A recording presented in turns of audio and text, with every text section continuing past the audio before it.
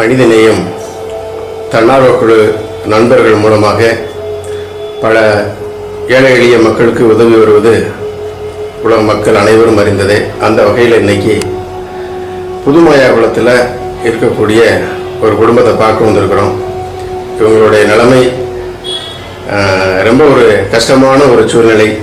3 பெண் குழந்தைகள் இருக்காங்க, ஒரு அம்மா இருக்கிறாங்க. கணவர் பெயிண்டிங் வேலை செஞ்சார், தற்பொழுது ஒரு ஆக்சிடெண்ட்டில் இறந்துட்டார். அந்த ஒரு துயர நிலையில் இந்த அம்மா என்ன செய்யறதுன்னு தெரியாமல் விழிவுதுங்கி நிற்கிறாங்க. அவங்களுடைய நிலைமையை அவங்ககிட்டயே கேளுங்க. மக்களால் இயன்ற உதவிகளை கொஞ்சம் செய்து அவங்களுக்கு வாழ வழிகாட்டுங்கள். வணக்கம்மா. வணக்கம். அஸ்ஸலாமு அலைக்கும் வரஹ்மத்துல்லாஹி வபரகாத்துஹு. சொல்லுங்கம்மா, உங்கள் நிலைமையை கொஞ்சம் சொல்லுங்களேன். என்னாச்சு? நானும் இங்கே மாயகுளத்தில் தான் இருக்கேன். நல்ல மாதிரி வாழ்ந்துட்டு இருந்தோம். கஷ்டப்பட்டாலும் 3 பொம்பளை பிள்ளைங்க அல்ஹம்துலில்லாஹ்னு நாங்கள் வாழ்ந்துட்டு இருந்தோம். வேலைக்கு போயிட்டு வந்த மனுஷன், நான் இடியாப்பம் வியாபாரத்துக்கு போகிறேன். சாயங்காலம் ஆனால் எனக்கு இடியாப்பம் எல்லாமே அவங்க தான் கொஞ்சம் உதவி செய்வாங்க. என் வீட்டுக்காரர் தான் வியாபாரத்தை பண்ணிட்டு ஒரு 8:45 மணிக்கு இருக்கும் என்ன பஸ் ஏற்றி விட்டாங்க. பசிக்குதுன்னு சொன்னார் என் வீட்டுக்காரர். மாவு வாங்கிட்டு போய் தோசை சுட்டு எல்லாமே செஞ்சு வச்சுட்டு பார்த்துட்டு இருக்கேன். ஆனால் என் வீட்டுக்காரர் வரல. 10:45 ஆயிடுச்சு, 11 மணி ஆயிடுச்சு. ஃபோன் தான் வருது, அப்படி ஆக்சிடென்ட் ஆகி கிடக்காங்கன்னு. 3 பொம்பளை பிள்ளைங்க வச்சுட்டு நான் எங்கே போவேன்னு தெரியல. அந்த சமயம் போலீஸ்காரங்க ஃபோன் பண்ணி சொன்னாங்க, அப்படி ஆக்சிடென்ட் ஆகி கிடக்காங்கம்மா அப்படின்னு.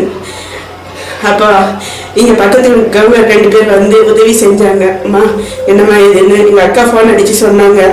சொன்னது உடனே அவங்க வந்தாங்க, ஆட்டோ பிடிச்சி கூட்டிகிட்டு போனாங்க. என் வீட்டுக்கார போய் பார்த்தேன். ஆனால் அந்த ஆஸ்பத்திரியில் எந்த இதையும் பண்ணலை. அதுக்கப்புறம் 2வது ஆஸ்பத்திரிக்கு கூட்டிகிட்டு போனாங்க. அங்கேயும் ஸ்கேன் எடுத்து பார்த்தாங்க, மண்டையில் ரத்த கட்டின்னு சொல்லிட்டாங்க. அங்கே இருந்து மதுரை ஆஸ்பத்திரிக்கு கூட்டிகிட்டு போனாங்க. அங்கே போய் என்கிட்ட காசு இல்லை, எந்த வசதியும் இல்லை. நான் அப்பப்போ என் வீட்டுக்காரர் வேலை பார்த்துட்டு கொண்டு வந்த காசு தான், அந்த காசுல தான் நாங்கள் சாப்பிட்றோம். அப்படி இருக்கும்போது என்கிட்ட எந்த காசுமே இல்லை. எங்களுக்கு எங்கள் அண்ணிக்காரங்க என் பிள்ளைங்களுக்கு ஃபோட்டோ எடுத்து போட்டாங்க.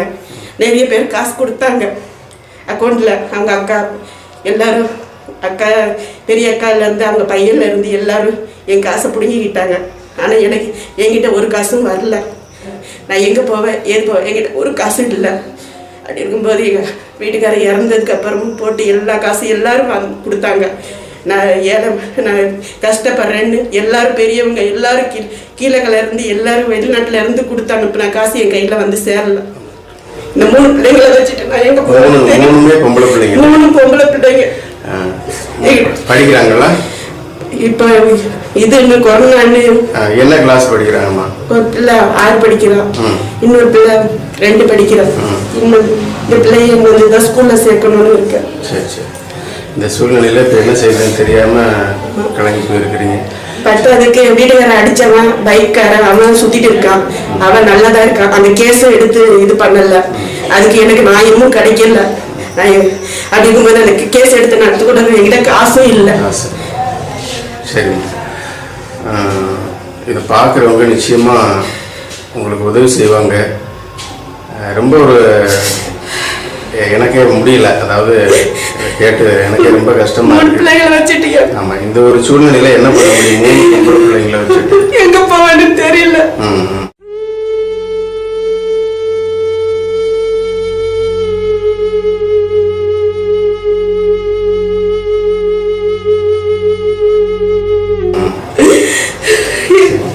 சரிம்மா, இது மாதிரி நாங்களும் எங்களால் முடிஞ்ச உதவிகள் செஞ்சுட்டு வரோம். சின்ன சின்ன உதவியில் அதை பார்க்குற மக்கள் நிறைய உதவி செய்கிறாங்க.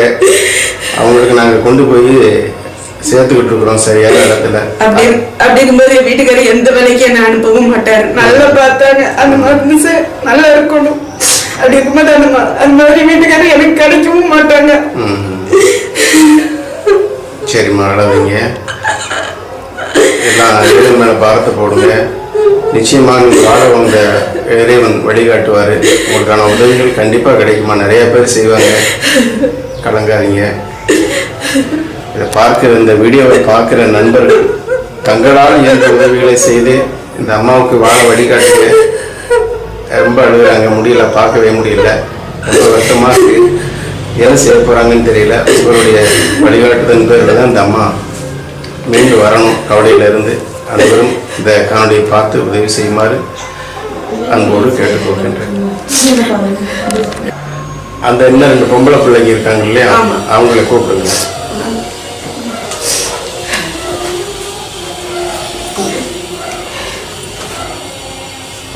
மூணு பிள்ளைங்க இல்லையா, 3 பொம்பளை பிள்ளைங்க தான் இறைவன் கொடுத்துருக்காரு. அந்த இறைவன் கொடுத்த இறைவன் அந்த பிள்ளைகளை வாழ்றதுக்கு ஒரு வழியை காட்டாமல் கொண்டு போயிட்டாரு.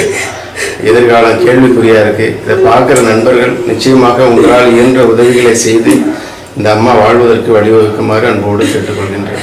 நன்றி உறவுகளே, வணக்கம். நன்றிம்மா, உங்களுக்கான உதவிகள் கண்டிப்பாக கிடைக்குமா, அழாதீங்கம்மா. அனைவருக்கும் வணக்கம் உறவுகளே.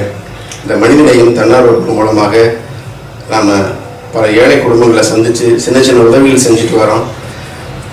இந்த காணொலியை பார்க்குற நண்பர்கள், உலகமெல்லாம் பறந்திருக்கிற மனிதநேயம் உள்ள நண்பர்கள் நிறைய பேர் நம்ம காணொலியை பார்த்து உதவி செய்கிறாங்க. அவங்களுக்கு கொண்டு போய் சேர்க்குறோம். அந்த வகையில் இன்னைக்கு இந்த ஒரு ஏழை குடும்பத்தை, ஒரு இக்கட்டான சூழ்நிலையில் இருக்கக்கூடிய குடும்பத்தை பார்க்க வந்திருக்கிறோம். நீங்களே பார்த்துருப்பீங்க இந்த வீடியோவை.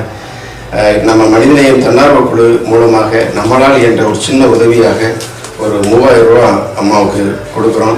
இது மாதிரி பார்க்குற நண்பர்கள் உங்களால் என்ற உதவிகளை செய்து அந்த அம்மாவுடைய அக்கௌண்ட்டுக்கோ அல்லது எங்களை தொடர்பு கொண்டு எங்கள் மூலமாகவோ உதவி செய்யுமாறு உங்களை அன்போடு கேட்டுக்கொள்கிறேன். ஆமாம், இந்த உங்க இருக்கிறது ஒரு வாடகை வீட்டில் இருக்கிறாங்க. அது ரொம்ப முக்கியமான விஷயம். 3000 ரூபா வாடகை வீடு அவங்க கணவர் இருக்கும்போது இருந்தது. 3000 ரூபா வாடகை வீட்டில் இருக்கிறாங்க. இப்போ அந்த வாடகையை கூட கட்டுறதுக்கு வழி இல்லாமல் வேற இடத்துக்கும் போகவும் முடியாம 40 நாள் முடிஞ்சதுக்கு போறோம். எங்க போவோம், எனக்கும் இடம் இல்லை, வீடும் இல்லை, வீடு இல்லாம இருக்கு. ரொம்ப ஒரு சிரமத்தில் இருக்கிறாங்க. வாழ வழிகாட்டுங்கள் உறவுகள்.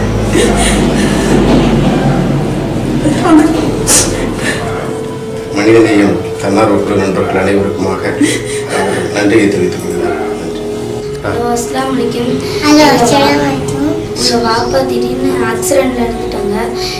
இப்போ நாங்கள் எங்கள் வீட்டில் பசிக்கு கூட சாப்பிடணும். வீட்டுக்கு போகிற இடத்துல கூட எங்கே போகணுன்னு தெரில. 40 முடிஞ்சு நாங்கள் எங்கே போகணுன்னு தெரில. போக வழி இல்லாமல் உட்காந்துருக்கோம். யாராவது பார்க்குறவங்க கொஞ்சம் இது பண்ணி உதவி பண்ணுங்கள். நாங்களே எங்கள் 3 தங்கச்சிங்க இருக்காங்க. எங்களை நம்பி, என்னையும் எங்கள் அம்மாவை நம்பி எங்களுக்கு என் தங்கச்சிங்க இருக்காங்க.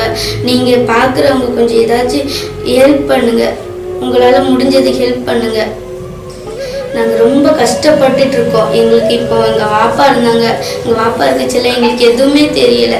எங்கள் வாப்பா இருக்கச்செல்லாம் எங்கள் வாப்பா எங்களுக்கு பசி ஆற்றுனாங்க. இப்போ நாங்கள் எங்கே போகணுன்னு எங்களுக்கு வழி தெரியாமல் இருக்கிறோம். எங்கே போகணுன்னே தெரியாமல் முழிச்சிட்டு இருக்கோம். நீங்கள் கொஞ்சம் யூடியூப் சேனலில் பார்க்குறவங்க கொஞ்சம் எங்களுக்கு ஹெல்ப் பண்ணுங்கள். அனைவருக்கும் வணக்கம்.